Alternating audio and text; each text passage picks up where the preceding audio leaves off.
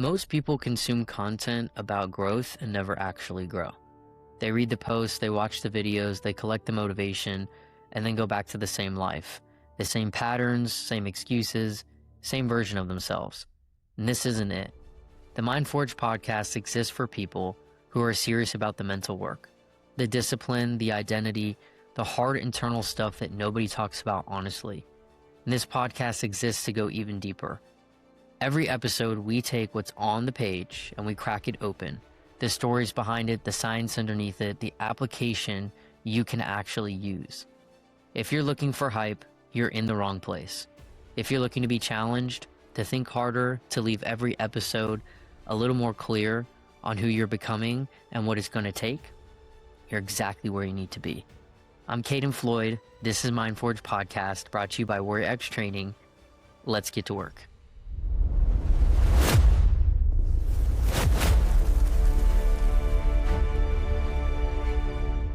Before we get into today's episode, I want you to slow down for a second. Not to hype yourself up, but to get honest.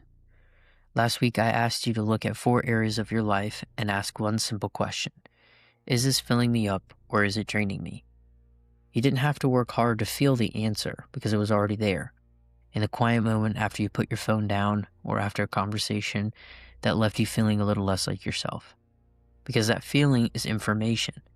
And today we sit with it, we name it, and we figure out what it's been trying to tell you.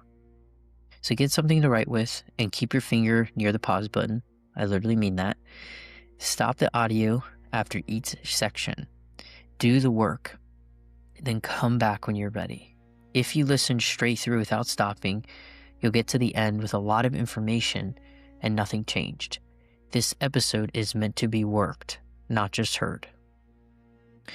I want to explain why this audit matters before we get fully into it. Because most people never do this because it forces a hard admission, which is some of the drains in your life aren't happening to you. They're happening because of you. And that's uncomfortable to sit with. But uncomfortable is where change lives. So each area today follows the same 3 steps. Look at what's real, rate its honesty, and then find the story underneath. It's the same framework every section because the story hides the same way in every area of your life. And today, we expose it in all 4. So, the first area is going to be habits. And this is where most people think the problem lives. And for a lot of you, this is where the story shows up the loudest. And we're going to use the same 3-step process in every section, like I said, so pay attention to the pattern.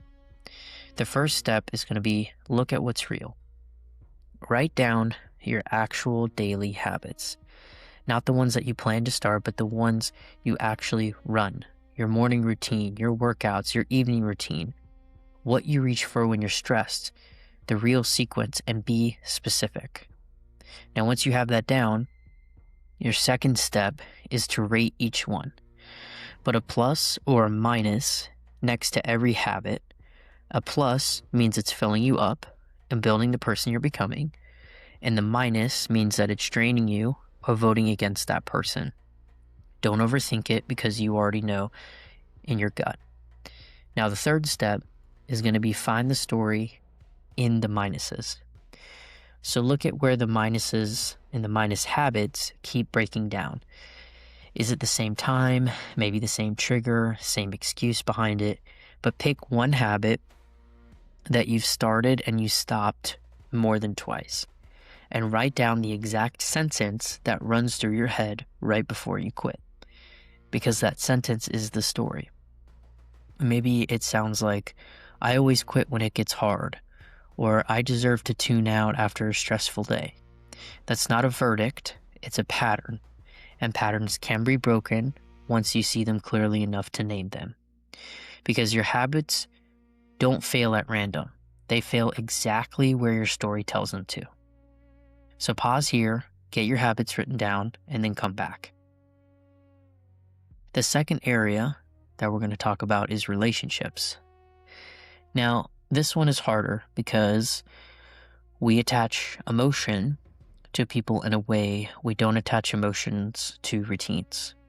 And this is not about cutting anybody off, but it's about getting honest and being honest about what different relationships are actually doing to you in your life.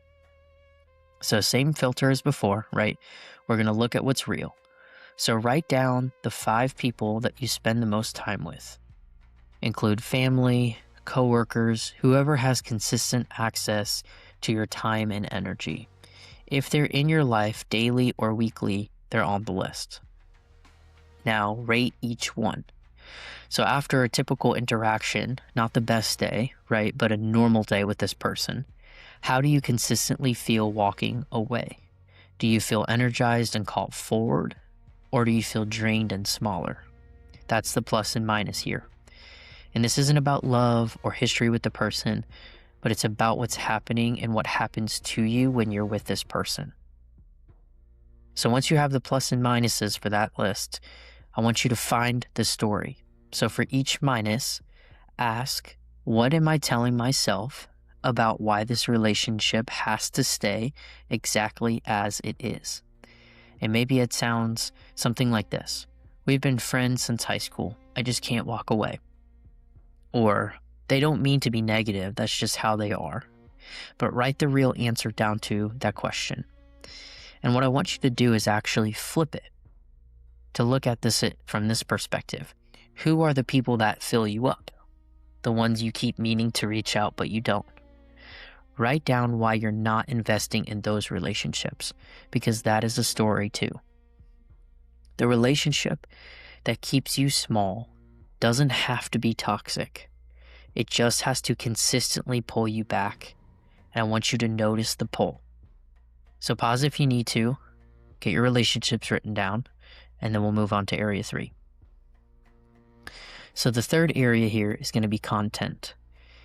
This is the area that people I feel are most defensive about and least self-aware of.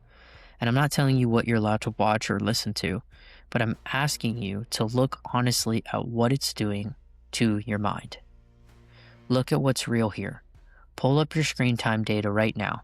If you have an iPhone, go to settings, go to screen time, and I believe on Android it's digital well-being. Now write down your daily average and your top 3 apps by time consumption. And then do a quick inventory. What have you been watching, listening to, and scrolling through? Not what you wish you could see, but what's actually happening. Now, once you have that figured out, I want you to rate each one. For each major content source, ask yourself, after 20 minutes in here, how do I usually feel? Does this make me more likely to show up as the person I'm trying to become, or less likely? That's the plus or minus. Content is not neutral, because every piece is either building a version of you can become, or reinforcing the story of who you are right now. Once you have that down, find the story. So for each minus, write down what keeps it in your rotation. It usually sounds something like this. I just need to decompress. Or, it's not that serious if I just scroll for 10 minutes. But if you are unwinding consistently, it's going to cost you the identity that you're building. That is serious. So write down one specific swap. What would you replace it with if you actually believed the new story of that new version of you? You're either feeding the new story or the old one. There is no neutral. So finish your content list, then come back for the last section. So area 4 is going to be environments.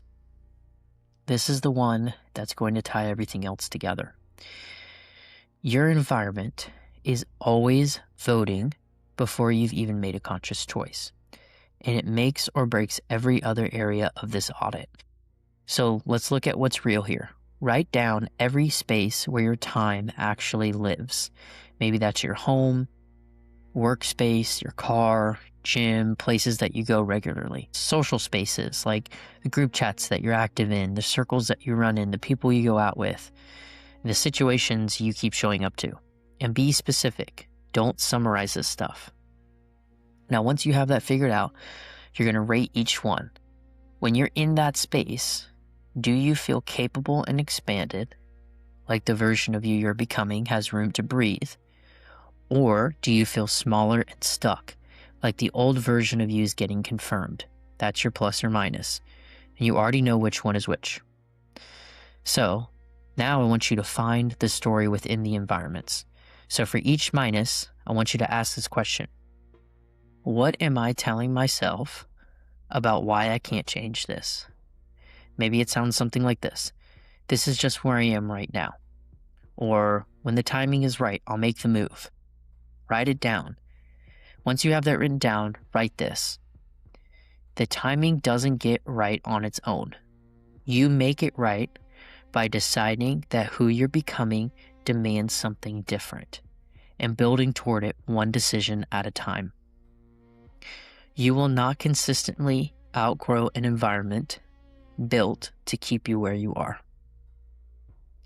So at this point, you should have 4 lists in front of you. Your habits, relationships, content, environments. Each with the drains identified and the story underneath them written out. Now ask one final question for every drain that you found today. Where is the evidence this story is wrong? Because the evidence does exist. You've already followed through in places the story says that you haven't. You've already built things it told you were out of reach. That's where the new story starts, not with hype or fake motivation, but with truth, strong enough to stand up under pressure. The audit doesn't tell you who you are. It tells you what story is currently running your life. And remember, that story can change. So before next week, there's one assignment that I'm going to ask for you to do, because next week we build the plan. It's going to be real and structured. I want you to pick one drain from today's audit and make one concrete change this week. Cancel one thing that's eroding you. Message one person who fills you up. Fix one thing in your environment. Swap one habit for something that votes for the new story. One vote. That's it. That's the homework. Because change doesn't start with a full overhaul. It starts with refusing to vote for the old story one time, then again, and then again. The forge is still on. Do the work, cast your vote, and I'll see you next week.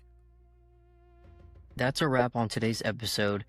If this hit home for you, go read the companion post over on the MindForge blog at warriorxtraining.com.